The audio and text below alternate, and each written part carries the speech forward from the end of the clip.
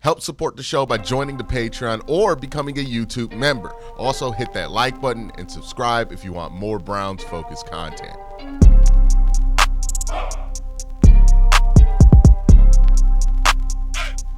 The one thing I do think we forget when it comes to mock drafts is that the draft comes after free agency. And a lot of times we talk about the draft as if it's the first thing on the off-season order, but it's not. Free agency is. So in order to get a good picture of what you would actually do in a mock draft, I do think you have to do some math on what you feel like you want to do in free agency. So before I get into a mock draft, I kind of want to sim through free agency. So the Browns will be able to open up, I think the number is like up to $88 million in space, so they restructure every contract. I think they'll open up about 70 million of that. And the signings I think they'll try to aim for are DJ Reed, a corner out of New York. He, from what I hear from the people in New York, he was just as good as Sauce was last year for whatever reason. Sauce did have a bit of a down year. You get a real number 2 corner next to Denzel Ward. Right now, the projection on him as far as money is about $14 million a year, 27.5 guaranteed. You can easily structure a contract like that so that the hit doesn't really take effect until 2027, when most your cap space opens up. So it is a very doable thing to bring in DJ Reed. And then you have Drew Dowman, a center who's a really good run blocker for the Atlanta Falcons. 4 years, $11 million is what the projection is for him, 27.5 guaranteed. Again, another really workable deal to get him under the cap this year, next year, and then have most of that hit in 2027. If you still want him on the roster, you could play games with the guaranteed money, all that stuff. So Drew Dowman, a starting center. DJ Reed, a true number 2 corner. I think that solves 2 of your bigger problems here. Then you have tackle.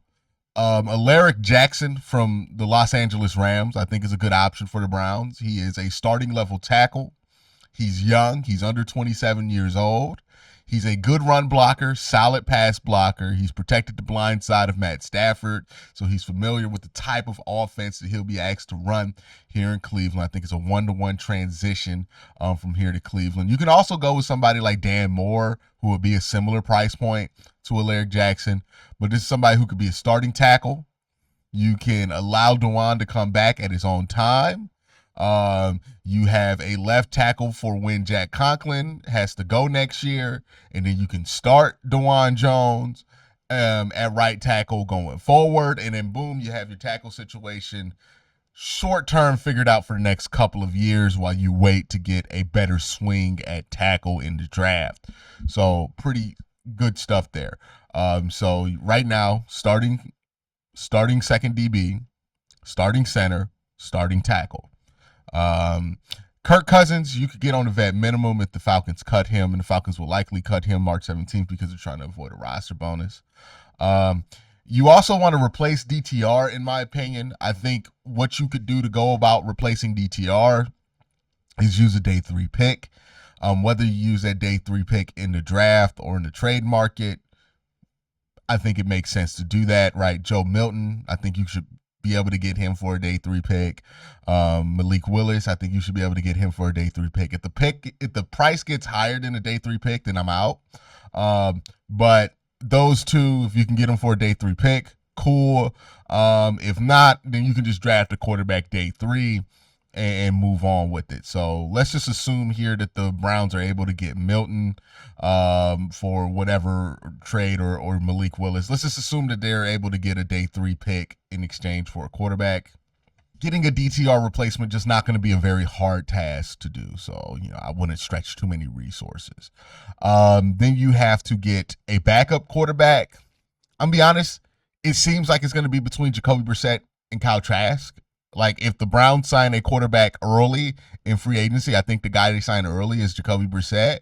But Kyle Trask can make sense too. Kyle Trask, former second overall pick, not second overall pick, a second round pick, who a lot of people were high on, but then Baker Mayfield came to Tampa Bay, took the job from him. He's never really gotten the opportunity to play since. So you might feel like there's something there, a fit there for the Browns. He was a really good college player, second round pick. Maybe that's something that you consider here. You'll bring back Nick Chubb, probably about $3 million. You could bring back Devin Bush on the vet min, and then you can bring back James Hudson on the vet minimum as well. You might trade Greg Newsome to free up $13 million in cap space. I would certainly consider it, right? Especially if you're trying to get Malik Willis from the Green Bay Packers. Maybe you can throw together a package that gets you a pick in Malik Willis for Greg Newsome, which I think I would do in a heartbeat on both sides, because the Packers need another starting boundary corner, and the Browns need the extra pick more than anything, but would like to get another quarterback that has some tools that could develop into something, right? I think that would make sense for the team. You're going to cut Ethan Posick. You're probably going to cut Jerome Ford. Doing those two moves alone saves you about $9 million. And overall, we feel pretty good about free agency. I think Kirk is an upgrade from your quarterback room last year. I think he's better than Jameis. I think he's better than Deshaun. I think he's better than DTR. We don't know what the ceiling is going to be on Kirk, or the floor is going to be on Kirk, but he's going to be on a $1.2 million deal. So the risk with him is super small. And if you fall in love with the quarterback during the draft process, you can still draft the quarterback while having Kirk on the roster, like the Falcons did. Obviously, in 2026, 2027, you'd be free to draft the quarterback as well. So it doesn't lock you up as far as your choices at quarterback. It keeps you super flexible at the position, which I think the Browns need to remain flexible at the position, given that there's really no long-term solutions available to them at this current moment. You upgrade the offensive line, get a run blocking tackle, get a run blocking center in there, because I think you're going to want to do a lot of what you do with this team to build around the run blocking element of it. And you would leave this, I did this all in the cap calculator. Keep in mind, like, I had to maneuver some things, like Russell Wilson is stated here instead of Kirk Cousins, because Kirk is still on the Falcons, so you can't technically sign him to a vet minimum. But you could do all this, maneuver around with the contracts enough, clear up some cap space, and you would be around $51 million in cap space here. Keep in mind the Browns will have to keep about $18 million in cap space available just to make sure that they have enough to sign their rookies. So subtract 51 by 18.5, and then you get about 30 million, and I think that's what the Browns would keep for rollover for 2026 in order to keep their cap numbers high. So I don't think the Browns are, I think that's,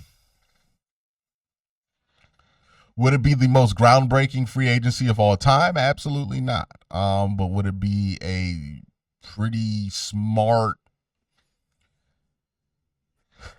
No, I do not think this would be the most groundbreaking free agency of all time, but I do think this would be a pretty serviceable one for the team to get to where they want to be at in a year or two, and also to remain competitive in 2025.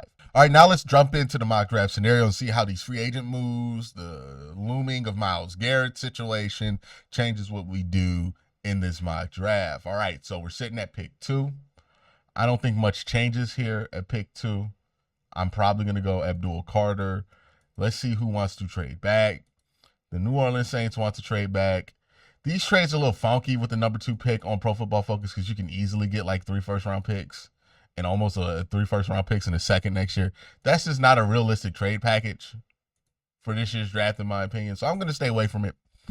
I don't think the Browns are going to trade the number 2 pick, in my opinion. The reason I don't believe that is I just don't think that the package is going to be there for the Browns to be enticed to move off of 2. So I think you just take Abdul Carter, get your edge of the future. With the future of Myles Garrett being uncertain, makes all the sense in the world to go draft the edge at this point. You shored up corner by getting DJ Reed in free agency. And Myles Garrett, you should still have a pretty solid defense this year. But if you can, not convince, but if Miles is not willing to sit out a season, then 2025 you should have pretty good defense with Miles, Abdul, DJ Reed, and Denzel Ward. Kind of anchoring your defense. Hopefully JOK comes back from injury. You got Grant Delpit. You can see the makings of a really, really good defensive unit here. Again, you're going to want to build around and support the quarterback position in the time being before you want to go take a swing likely in 2026. So pick 33, this is the one I do think the Browns trade, right? I think this is the one they move off of. Now, let's look at who's on the board, right? You got Greg Zabel, who I think is more of a center and a guard than a tackle. And I think 33 is a bit early for him in that need. I already got a free agent center, so I don't need to draft a center right here. Guard is pretty shored up with Wyatt Teller and Joe Batonio, and then you have Zach Zinter waiting in the rings. So I don't really have anybody here where I'm like, oh my God, I got to take him, right? Siobhan Revel, I signed DJ Reed. I'm good on that. So I'm willing to move back to 40 here because I have my eyes on Caleb Johnson, and I think Caleb Johnson will be available at 40. But we'll see what packages are available, right? Because if I'm the Browns, I have 1, 2, 3, 4 top 100 picks plus 102. I would love to have 6 top 100 picks. So let's see if we can squeeze that out of New Orleans for moving back. So they're not going to be willing to give me 71, but would they be willing to give me 93? Yes, they would. And there's not going to be much convincing there. And maybe a pick swap here with 110.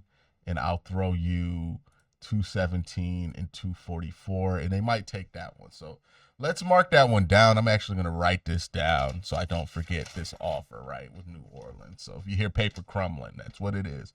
New Orleans, 40, 93, 110. Cleveland, I'm offering them 33, 165, 217, 242. All right, so that's what we're sitting at here.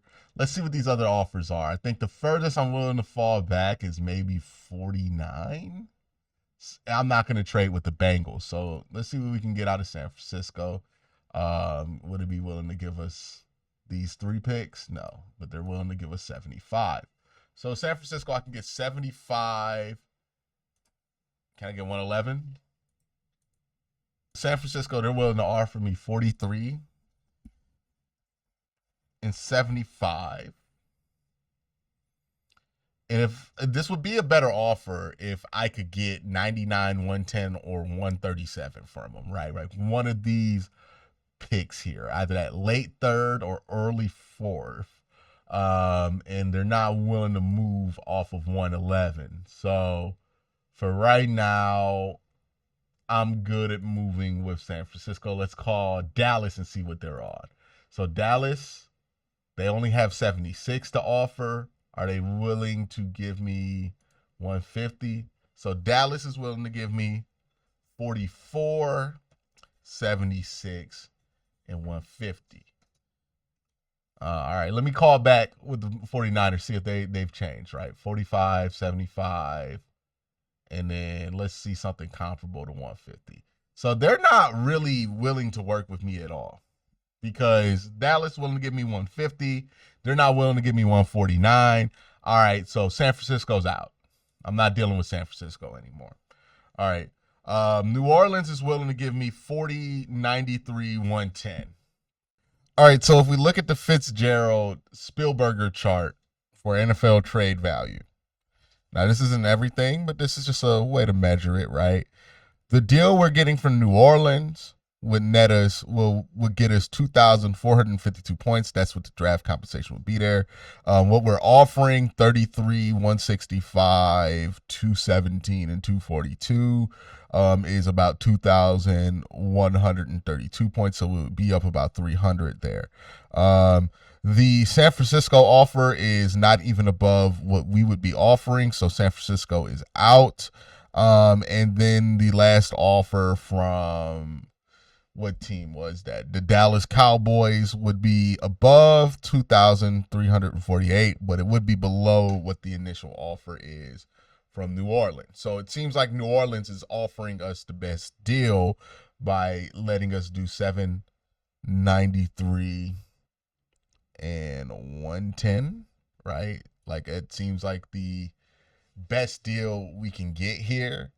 I would love to see if I could pry 71 from them, but I just don't think that's possible, right? If I could get 71, what can I do to get 71?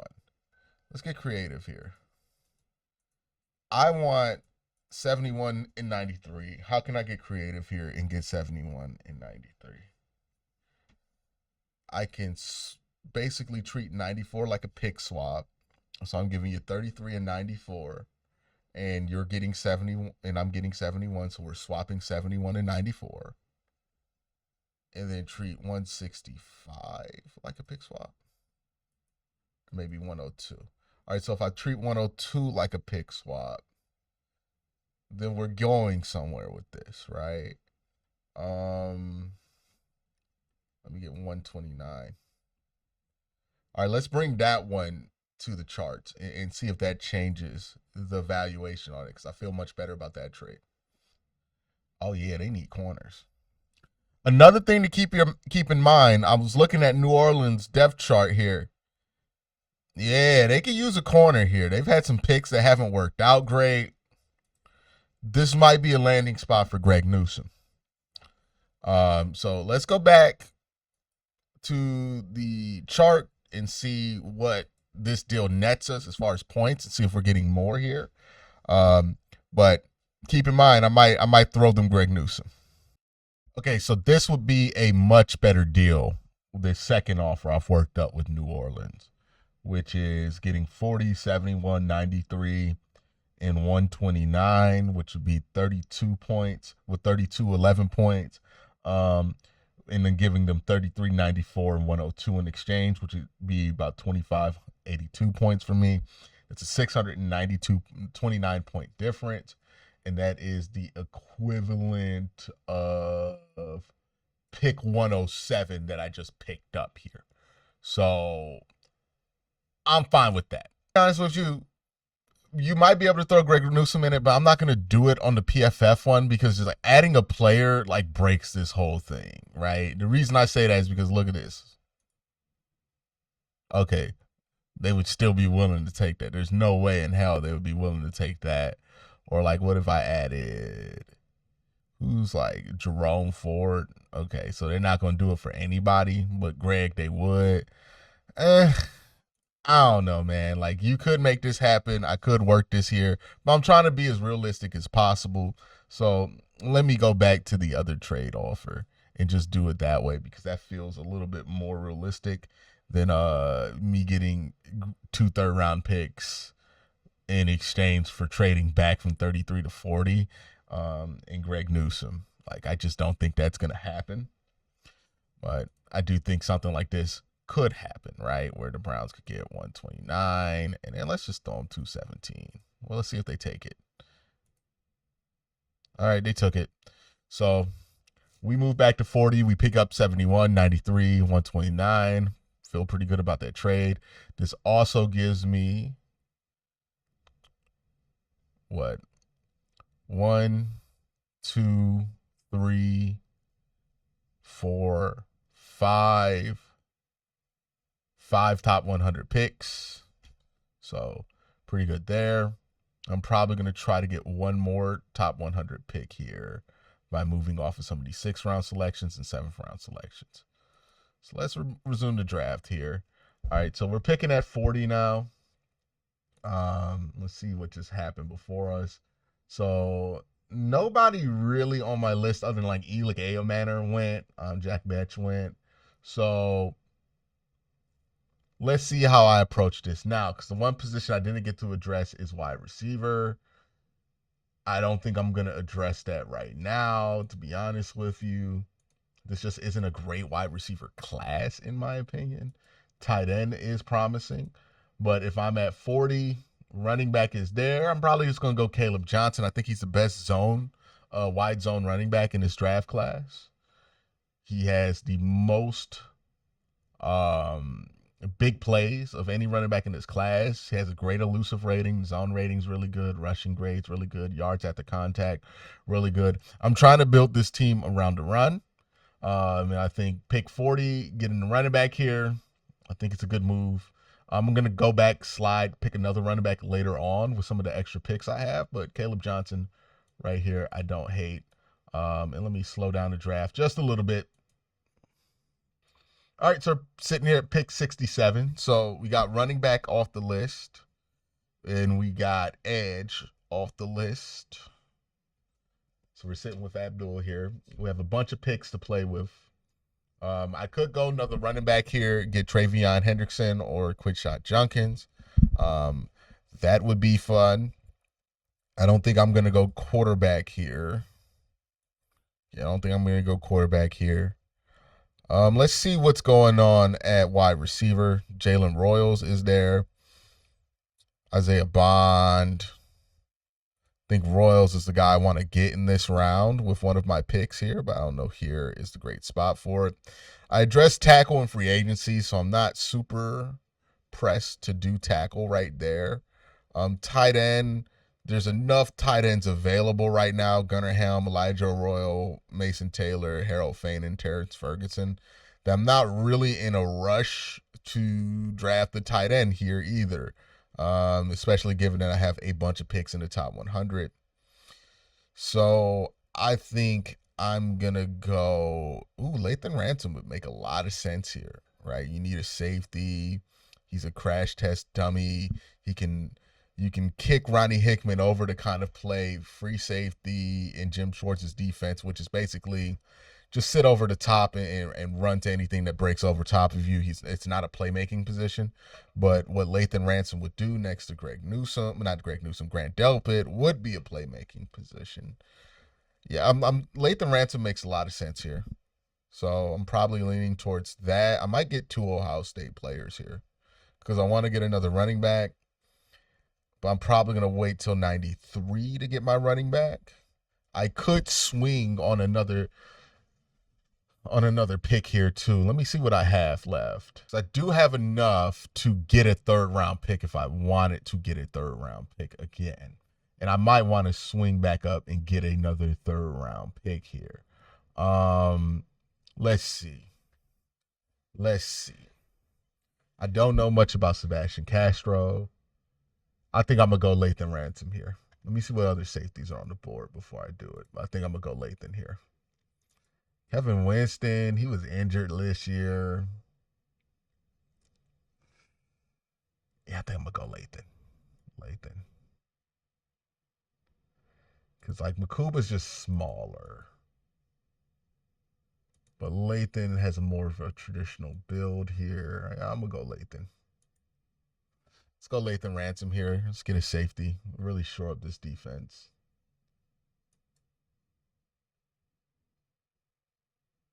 All right, Travion's still there, but somebody took Quishon. That's unfortunate.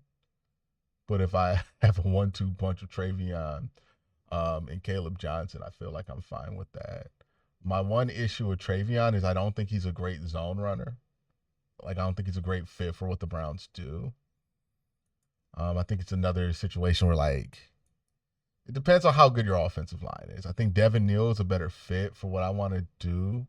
But Travion, pretty good pass protector, really good run guy, pretty good receiver out the backfield too. So I think I'm going to go back-to-back Ohio State here. I think that's the best possible position to do. Go back-to-back Ohio State here. Let's see, where's tight end at? Gunnar Helm, I'm still sitting really nice at tight end. Yeah, ain't nobody serious here about a trade back. Let's get Travion. All right, I'm going to slow the draft down real quick, and then I'm going to draft Travion. That makes sense. Now I got a 1-2 punch in the backfield, or a 3-man punch, Travion, Nick Chubb, Caleb Johnson. Feel really good about that. All right. Now, the next thing I want to look for is my tight end. All right, so I'm going to make some deals here preemptively just to make sure I'm not selecting way too many players here. I want to make sure I'm at like 12 or 11 selections. Right now, I am at 14. So this will bring me back down to 12, which is a number I'm fine with, and it'll get me 118. It'll basically be a pick swap, and then I'm using my last two 7th round picks to execute the pick swap. So I'm fine with that. I'm fine with getting rid of 242 and 257. I'll offer that trade. They're not willing to take it. I could throw that in there. Maybe throw Seattle 7th in next year. Offer that trade. All right, cool. So they're willing to take that. Got 118 now. That might help me move back into this round as well. Pairing it with some other picks. Again, my goal here is to try to get 82 if a tight end is there. So let's see. Let's see if I can work out a deal in principle with Seattle. All right. So if I want to move up to get 82 with Seattle, they're fine taking 93, 165, and 216 off of me. That would bring me down to 5, 6, 7, 8, 9, 10 selections. I'm fine with that. Maybe if I could work a late pick swap here, right? So maybe 194. No, they're not willing to do that. 212. It doesn't end up being worth it. So do have a deal in principle with Seattle we can work towards if we get to 82 and all of the tight ends I want are there. I could also just wait and see, but we'll see. We'll see. Let's resume. So as a Ray Thomas just went off the board, I'm fine with that. Gunnar Helm just went off. Okay, so that's one tight end down. Kevin Winston, Marcus Ambeau, Josiah Stewart, Jalen Royals just went. Elijah Royal went. All right, so we're gonna work out that deal with Cincinnati with the Seahawks. We're gonna pull the trigger on that. Cause Royal, then we're down to Ferguson and Harold Fainin. Let's work that deal out with them. What was that deal? Yeah, 82 for 165.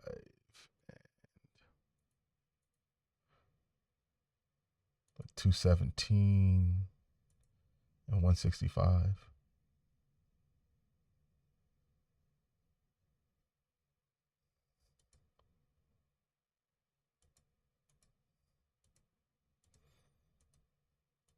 Yep. Yeah, so 165, 93, 217. Let's offer that trade. All right, so they're not taking it.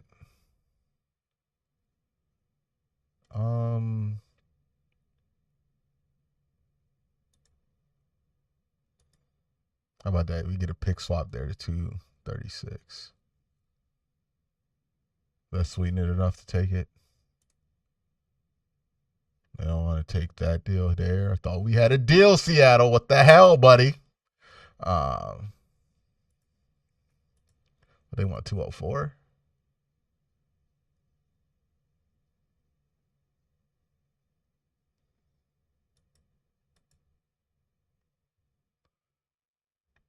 I don't want to offer them 204.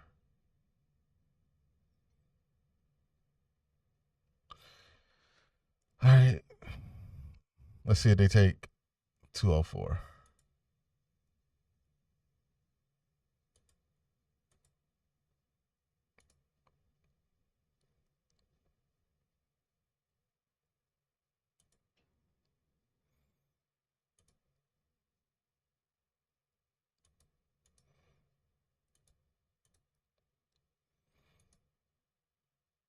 All right, so we finally made the trade with Seattle. They're being a little stubborn there. But we traded some late round picks and swapped them with 90 to trade up from 93 to 82. And then we picked up 236. Not the greatest trade, but I want to get the player here. All right, they went bond. Cool. All right, so we're going to take Harold Fain in here. And right now, you have in your top 100 Abdul Carter, edge rusher for you. Caleb Johnson, I think a 3-down running back. Lathan Ransom, and then Travion Henderson, who I also think could be a 3-down running back for you as well. So you have a crazy 1-2 puncher running back. You get Harold Fainer, who I think is going to be a really good vertical threat and a replacement for David Njoku for you eventually. And then you can kind of work the rest of the draft to get what you want here. Let's see what's going to be available at 118. I know some folks are going to be upset that I did not go quarterback here. Let's see how much it would cost to get even in there, because I still want to make a lot of selections in this draft. So here, want to get back in the top 100. We're going to get rid of Greg Newsome and send him to New Orleans, who did express interest earlier. The package they offered, again, if it were real life, I would have took it, obviously, but I just felt like it was a little bit unrealistic for a scenario here. But 102, a 4th-round pick for Greg Newsome, I do think is fair compensation. I think it's possible that you can get back an extra pick for him. But let me pair Greg with 238 and try to get 184, right? And I think that would be fair. I could squeeze them and take 110, which would be, 2 4th-round picks for Greg and a pick swap, but that would be a bit unrealistic. So just in the name of keeping this as realistic as possible, we'll just make these pick swaps, right? So 184 to 192, make it pick swaps here, 118 to 110, make that a pick swap there. Throw in 236 to be courteous. That way I'm still making 1, 2, 3, 4, 5, 6, 7, 8, 9, 10 selections. I'm just moving up window selections are. And I get back into not the top 100, but closer to the top 100 of my prospects here. So yeah, and if Will Howard's there at 102, I'm going to take Will Howard. If not, I'm probably going to take a defensive interior guy, to be honest with you. All right, New Orleans accepted the trade. I got 102, 110, 184. Is there anybody I want to get ahead? I want to get ahead Tennessee. So let me call Quincy and see if Quincy's trying to trade me 107. And I can throw in 200. So Quincy said, yeah, he'll do it for 200. Let's see if he'll do it for 216. He said he might do it for 216. Let's try to throw him 216 and 102 to move up to 97. Let's get Will Howard at the end of the 3rd. He said, yeah, sure, I'll do that. All right, cool. I'm going to take Will Howard here at 97, and I'm going to be cool with that. It's a heavy Ohio State presence here. All right, we move on to day 3 of the draft, and let's speed this thing up because I think I'm done maneuvering for the day. All right, Jordan Phillips went right ahead of me. Ain't that something? Damn. All right, so defensive interiors where this draft is strong. Jordan Farmer, I don't hate that. CJ West, I would like that at 110. Already drafted Harold Fainin. Is Brian Stool there too? If Brian Stool's there at pick 184, I might do that there. Wide receiver wise, Torrey Holton, Pat Bryant, Kobe Hudson, Kyle Williams. He was running them TikTok routes at the at the Senior Bowl, but when he did run a real route, I thought it was actually pretty good. Caden Prather and Ricky White might be somebody you consider at 184. Same thing with Kyle, but let's see here. See, I already got 2 running backs, so I'm out with running back. Tight end, I'm out with tight end. Well, no, I could get another tight end because I'm going to have to do something with David Njoku in the near future. Safety, quarterback. Wide receiver is the need selection here, considering what I've done in free agency. But I would feel bad if I did not take a defensive interior player in this draft. Jordan Farmer, is he younger than CJ West? Yeah, redshirt junior. And CJ West is a redshirt senior. Thought CJ West had a better year than Jordan Farmer did, but I think Jordan Farmer's a little bit better of a prospect. I think I'm going to go linebacker here. Let's get Kobe. Let's get Kobe King. Young player, big guy, linebacker, run stuffer. Let me get Kobe King. You need a Kobe King on this team. Let's go get Kobe. Big Zeke's there, 184. There's some good players still left on the board here, right? Ollie Gordon, I like him. Jordan James, I like him. And let's see if my guy Brian Stool is still on the board here. Luke Leckie is still there. If he's there at 200, I'm going to take him. But yeah, I'm going to go Zeke Biggers here. Get a big body defensive interior player, right? Like 6'6", 320, long as a house. Super long, still a little bit raw, not going to be a great pass rusher, but could develop into a solid run defender in the NFL with the right coaching. And I definitely trust Jim Schwartz to coach the defensive line here. So I'm going to go Zeke. Let's get Zeke. Hopefully Leckie is there. And if Leckie's there, yep, I'm taking Leckie. And I'm calling it a day on the draft. And I'm pretty damn happy with the outcome here. So in one off season, I feel like I've upgraded the quarterback room, right? The quarterback room goes from just Kirk. Quarterback room goes from Deshaun Watson, Jameis Winston, DTR. I feel like I've upgraded every level at the quarterback room. So you get Kirk Cousins. I think he's better than Deshaun Watson. You get, Will Howard as your developmental guy. I feel way better about that than DTR. And then you can even, in free agency, sign somebody like a Kyle Trask to a low end deal to also be like your backup, or you can go Jacoby Brissett. Feel better about Jacoby than I did about the long-term prospects of Jameis as a backup.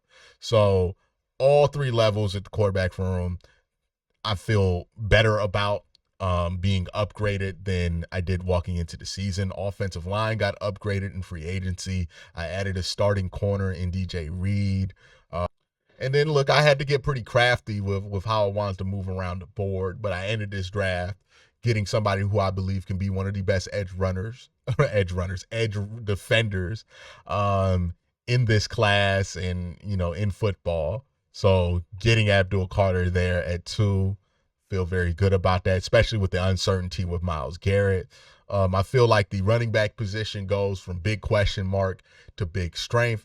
Bringing back Nick Chubb on a cheap deal, having Caleb Johnson, Travion Hendrickson. We upgraded the run defense, the run blocking as well, right, with Alaric Jackson and going out and getting Drew Dowman. So you got better interior run blocking, better edge run blocking, and then you get 2 young stud running backs with a ton of talent to break out big plays there. You get Lathan Ransom, who I think is going to help you in run D, and then another player in Kobe King, who I think is going to help you in run D. I already talked about how I think Will Howard's going to be an upgrade there. Pairing David Njoku with Harold Fanan, I think that's a very good pairing there. And then it gives you another skill player to go to. So no, I did not address wide receiver in this situation.